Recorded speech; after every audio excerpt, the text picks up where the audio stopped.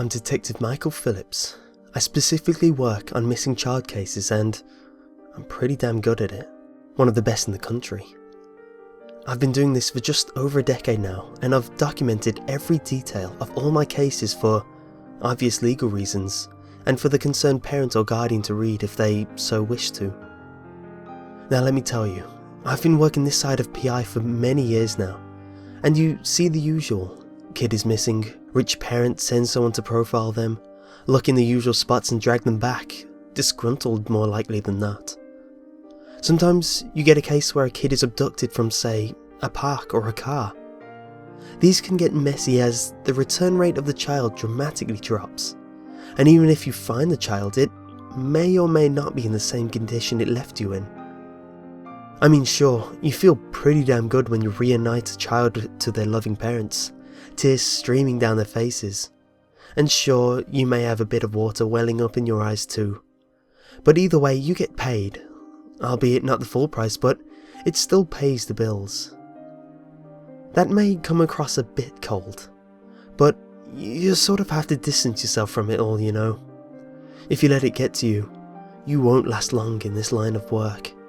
Because the things I've seen, well, it's like looking into the deepest pit of humanity. Everyone sort of knows it's there, from all the messed up stories you see in the news and history lessons. You hear of many bad deeds that humans do pretty much on a daily basis.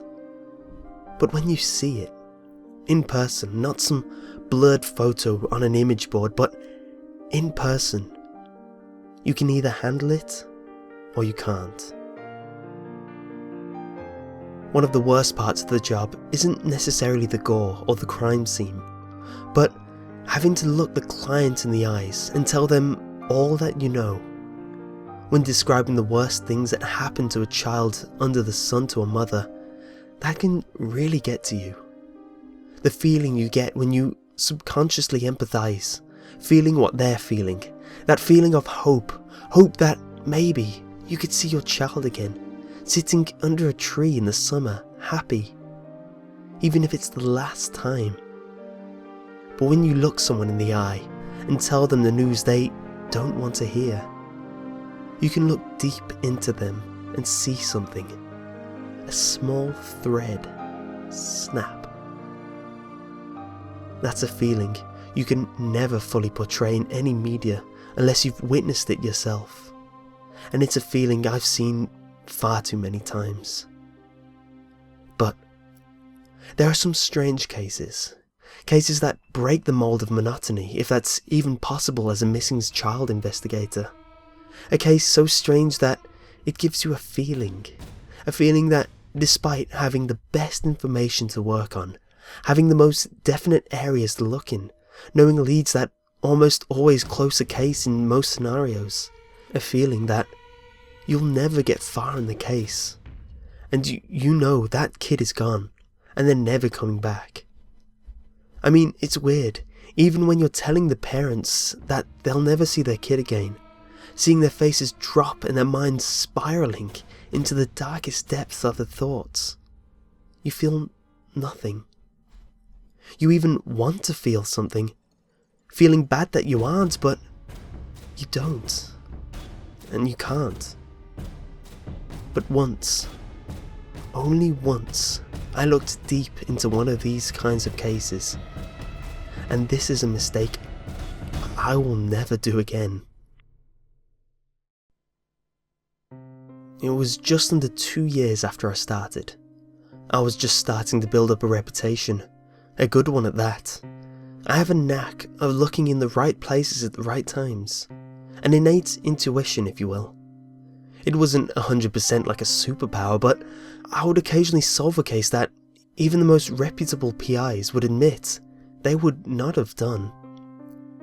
Alas, despite this, I was still young and relatively poor. I accepted pretty much any job that came my way just for the cash. One day, just before leaving my office, I got a call from a young mother. She was blabbering about how I needed to find her son ASAP. Obviously, she was distraught, but then again, who wouldn't be? She mentioned that the police were no help and she could be at my office within the hour. Not being one to pass up an offer so easily, I accepted. I sat in wait. As she said, roughly 40 minutes later, I heard a banging on my door. You could tell the state she would be in before even standing up. I turned the knob, which she must have taken as an invitation to push on the door as hard as she could. I flung back, just about regaining my balance, as she bundled into my room. Her face resembled a condensating glass, streaming with enough tears to fill a cup. I did my usual routine and calmed her down, making her sit down and drink a hot drink before telling me the details. The kid's details were pretty straightforward. 11-year-old named Chris. Appearance: Caucasian, short black hair, dark brown eyes, thin, 5 foot 2 inches, average height for a kid that age. She even gave me a picture taken from his birthday only 2 weeks ago. Now let me say, in some cases I've had to work with pictures with sometimes years difference to how they were when missing. I mean, a lot of adults look different from their driver's license photo or passport, but in a short period of time, a child can dramatically change in appearance. So a picture only 2 weeks old is a godsend in any case. Then, we got into a long discussion of various traits of Chris, what he likes to do in his spare time, what kind of kids he hangs around with, possible reasons why he might have run away, various things that help make a profile in order to start the case properly. The information I was told was very helpful, making it almost too easy to think of places to look and people to question. Despite having enough information to almost find the child within a day, there was one thing that struck me as odd. After the police gave us some vague, half-hearted answers about sending out a squad car to flash some lights around some nearby streets, I wasn't the first person she went to hire for the job. She went to multiple private investigators, nearly all the whole county, giving them the same information and cash incentive to make anyone a fool not to accept. Yet, despite this, they all turned her down. And you know what? I had a strong gut feeling that I should too. But I fought this urge as I needed the money, and as I said earlier, I was young. Chris and his mother were based in Durham. Now, let me give you a small history lesson. In Durham, there are a lot of old abandoned mine shafts. The first opened in the mid-1800s, and since then they have been abandoned one by one until now, where I don't think there is a single one in use. After that, some houses built above them have experienced a number of hazards, like the collapse of shallow workings, methane and CO2 emissions, risk of entry into the damn mine shafts themselves, and even spontaneous combustion of coal leading to carbon monoxide emissions.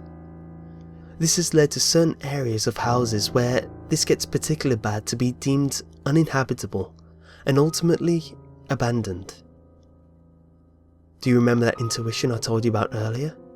Well, using that, I happen to know that the area where they lived was quite close to one of these abandoned areas. Definitely walking distance, so this would be my first place to look. Despite it being in the late hours of the night, I decided that, with the fresh information, it would be best to strike while the iron's hot. So, with near certainty, I set off with my search kit. A kit I bring with little goodies to make searching a hell of a lot easier and safer. When I arrived, I looked down the street and was met with a row of terrace houses on each side of the warped, distorted road. The road was blocked off and pretty much undrivable, so I hopped out of my car, slung my bag on my back and made the rest of the way on foot. I walked up to the first house. The front door was boarded up and had a sign, making it clear that the house was not meant to be entered. I tried the door handle.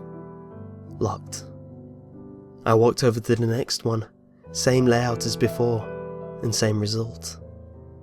This happened a number of times until I reached the door about halfway down the street. From a distance, it looked like it would be the same. Door boarded up and locked. but when you stepped a few feet in front of it, you could see that it was slightly different. I walked right up to it, inspecting the grain of wood to see that it was disjointed. I looked at the door frame to see that it was actually not level, slightly crooked. The mine shaft below must have warped the land just under the door. This must have caused the nails in the wood to loosen and the lock to displace. I gave the door a small nudge at first, testing the waters to see if the structure would hold. It moved in slightly, meaning that it could open, but it was very stiff, so I braced my body, readied my shoulder and shoved the door with my body weight, which caused the door to force open. As I expected, it was dark, so I reached into my kit and pulled out my mag light. I shelled out quite a bit for this military grade light, and for good reason, because you never know what kind of scenario you'll find yourself in when you'll need it, this being a perfect example of one. I peered inside, not taking a step but looking around the place. I checked high and low, not for Chris. If a child was in there, I would have known by now. No, using the door frame as a warning, I was looking for structural faults. Everything looked stable. Well, relatively stable. But I felt I should still take precaution as there might be a few hidden surprises. I took my first step in, which, as soon as I touched the wooden panelled floor, squealed like I had just stepped on a family of frogs. The floorboards must be completely out of place, I remember thinking. Trying not to provoke the floorboards into breaking, I crept forward with the utmost care. I was making good progress, and to try and make my presence known to be friendly, I called out, "Chris?" Bang! As soon as I called out the name, the door slammed behind me. It happened as if it was taken by a strong gust of wind, but the door took my body weight, hitting it at a considerable force.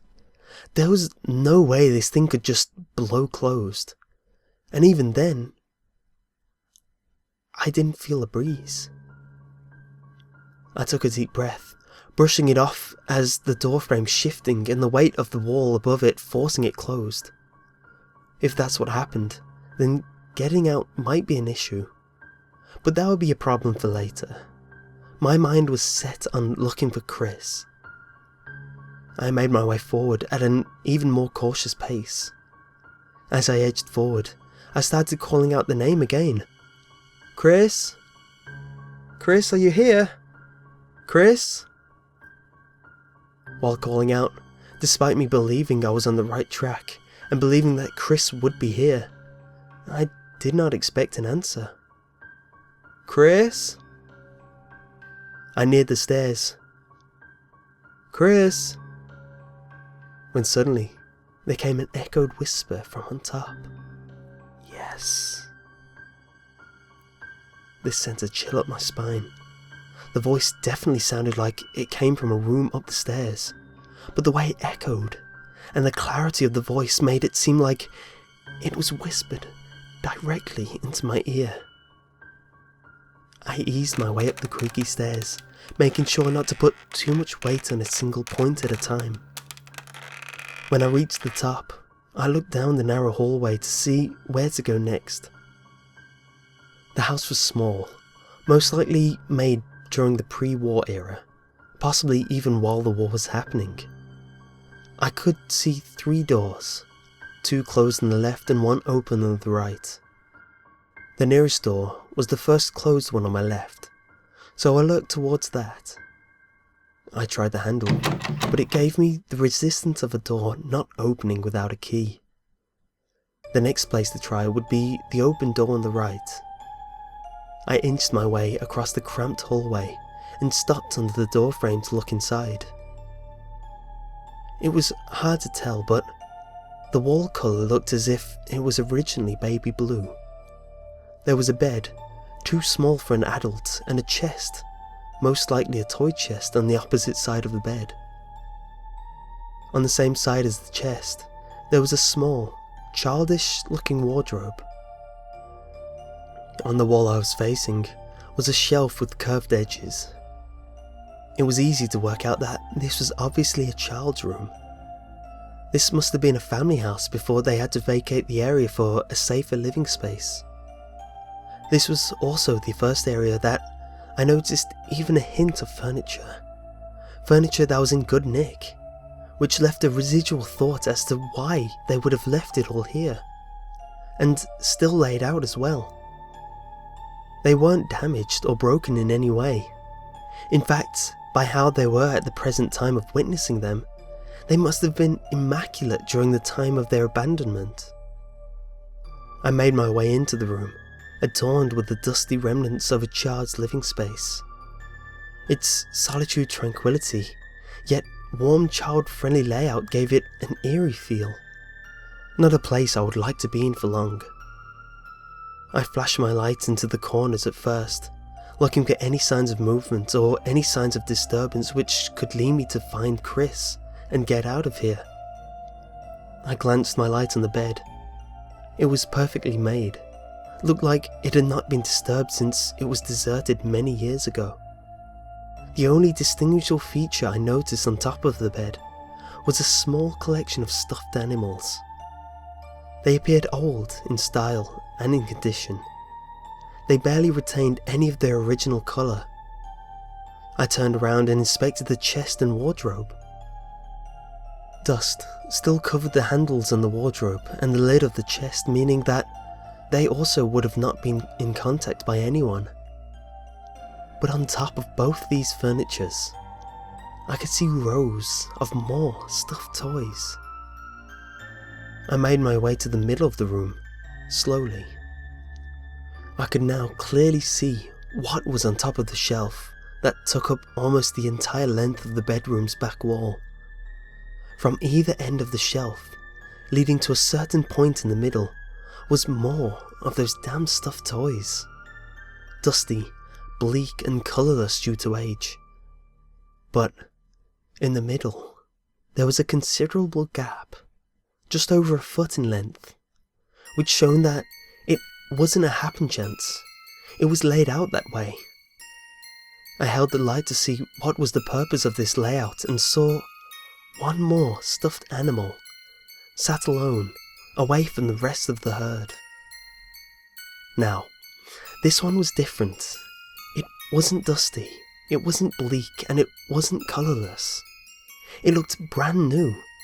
Not slightly new, but fresh and clean, like it had just been made only minutes ago.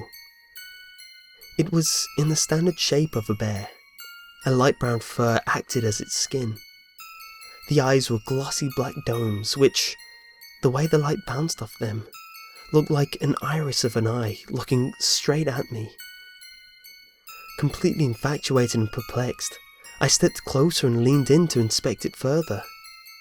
Its black stitching that made up its mouth was perfect, completely symmetrical. But it struck me as odd that whoever made it opted for a wide, almost human-looking grin that gave it a sinister vibe. I would tell you more, but as I was examining this strange find, it started breathing. The torso of its little body pumped as if it was slowly breathing. All the while, it was wheezing, making it no problem hearing it gasp and inhale. Hands now trembling, I was taken back, backpedaling towards the exit in complete disbelief. While making my way towards the exit, I heard more breathing coming from a different direction. Out of pure reaction, I turned towards the bed, my light following my field of vision, and there, on top of the bed, one of the stuffed toys was joining in. And this was just the start of the dissonance of sound. One by one, all around me, they all started to initiate respirating.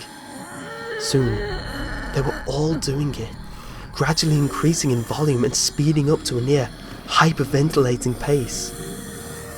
It became a cacophony so loud that it was too hard to even think. But one thought held clear above all. I need to get out. I turned around and readied myself into a sprint, but as my weight shifted, the floor collapsed through, and I fell down to the story below.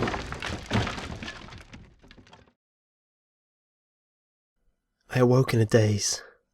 I was trying my hardest to grasp my bearings and make heads or tails of the situation I was in. I opened my eyes slightly, but could only keep them open for less than a few seconds before searing pain filled my head. But from what I could see, my mag light was in the middle of the room, on top of some rubble. It must have been quite some time since the fall because the light was fading, making it duller than I remember it. With my eyes still closed, I moved my arms slowly, just in case something was broken. I gently rubbed what I was lying on. Comfy. What I was lying on was surprisingly comfy. It sounds like a blessing, but the way I saw the situation was like this. I fell through the floor, which means there should be a pile of rubble underneath me, and my light close by. But the rubble was where the flashlight was, in the middle of the room. This could mean only one thing. Someone moved me here. Hoping my brain had long enough to adjust, I opened my eyes to confirm what I thought was true. I was lying on a 3-seated couch, dusty, but no rubble underneath me. Pain soon took over and I found myself closing my eyes out of reaction, but not before noticing something strange. In the distance, just within the edges of the decreasing circle of light given out by the mag light, I saw a dark shade. I straight away figured it must have been the person who moved me here over to the couch while I was unconscious. But what made me feel uneasy was wondering what their intentions were. With this in mind, I forcefully opened my eyes once more to make out who or what it was. I saw it again, only this time closer.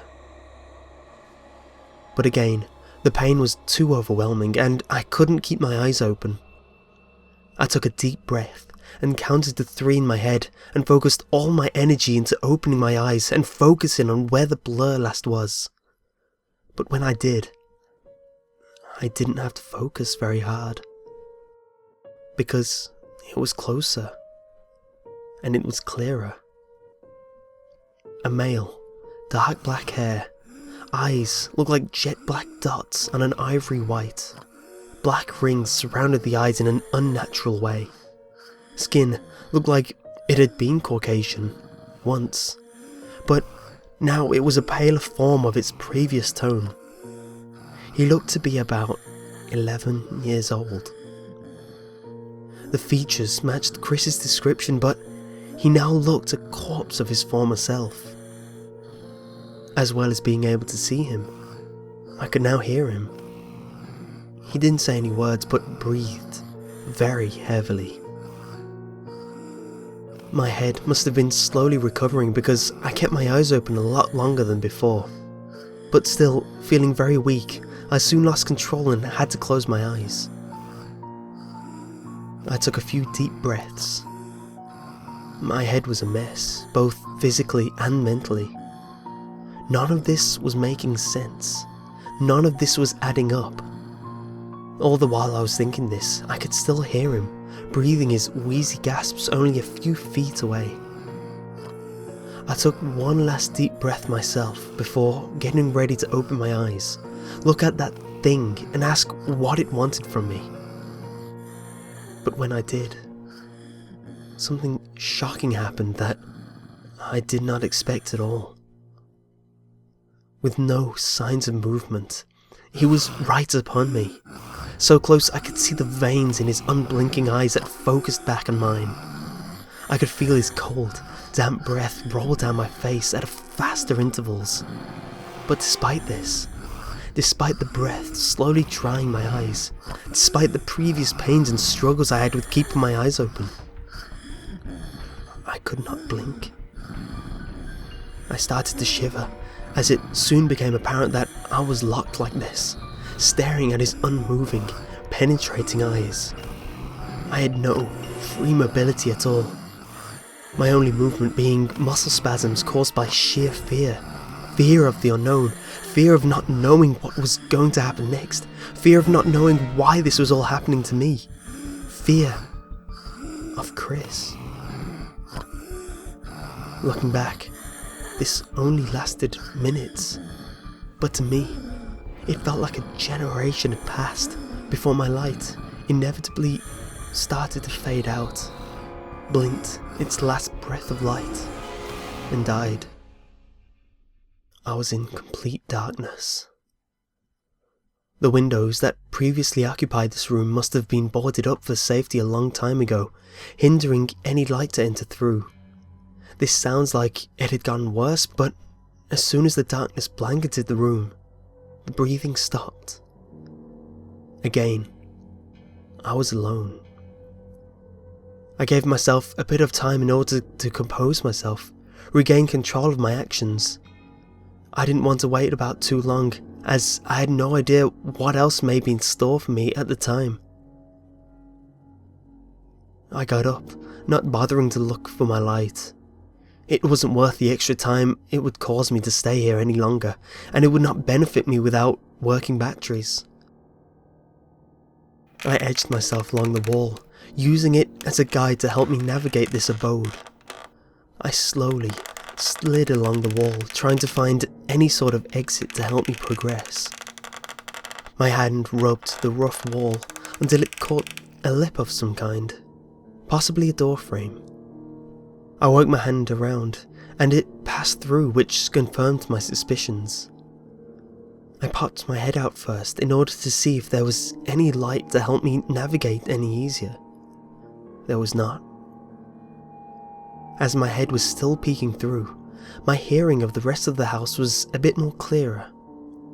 Faintly, in the distance to my right, I heard a soft tapping. I couldn't quite make it out at the time, so I calmly made my way towards its source, using the wall on my right as my source of guidance and balance. I tried my hardest to keep my own sounds to a minimum, to avoid disturbing whoever was making the tapping, and more importantly, to avoid attracting other, let's say, unwanted attention.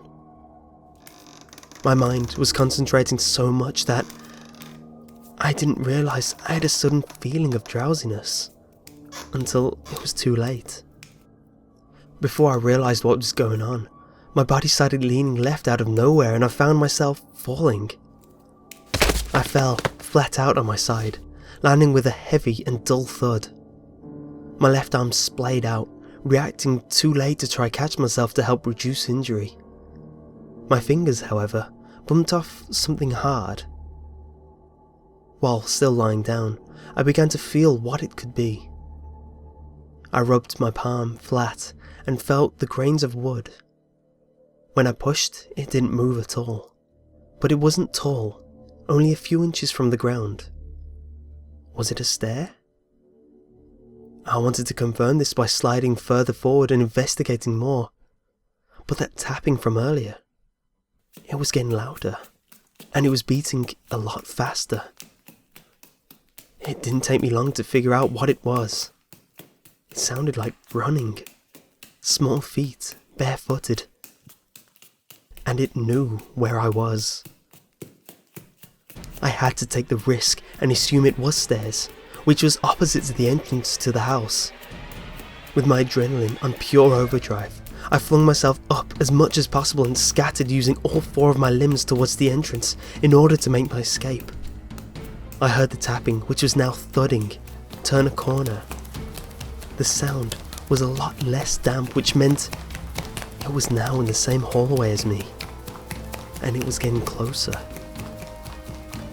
My body wanting to give up, but my brain not letting it, I crashed headfirst into the door. I had no idea when to stop, and that was the fastest way I could determine its location, whilst avoiding harrowing terror heading my way. Using the handle, I propped myself up, and using the momentum of getting up, I leaned back in order to force the wedge the door open. All the while, the running creature was almost upon me, so close I could hear its heavy panting clearly. The door started to scrape open, slowly at first, but as momentum picked up, it swung open. The thing was now only a few feet away. I could hear it, now angrily growling at me, not happy that I'm almost able to leave.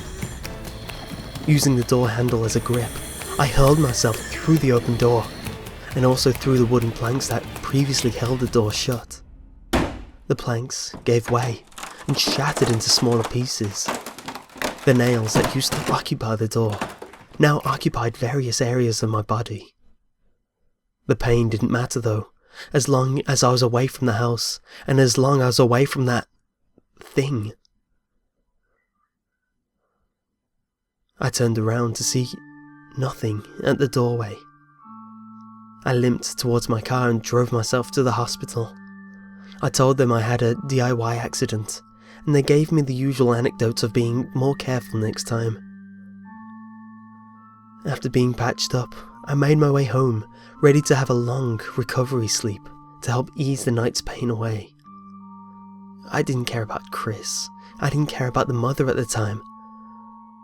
I just wanted to rest. The next morning, I made my way to the office to meet the mother. She was supposed to meet me at about 10 in the morning to check up on what I found.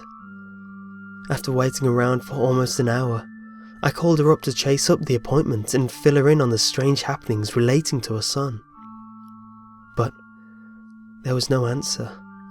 It just went straight to voicemail. Since then, I have never heard from her. I tried looking into her a bit, trying to find her address, but she never really gave me many details of herself, mainly just details about her son. I didn't even know her name. I vaguely brought a few things up with other investigators. They always blow off the question, trying to laugh it off or try and change the subject as soon as it's brought up. But when they do, I can see a twinge in their eye, a sort of sorrow or empathy, like they know exactly what I'm on about. I don't know what the lesson is here exactly, but from how everyone reacts and how things went, the thing I learnt is some missing kids aren't meant to be found.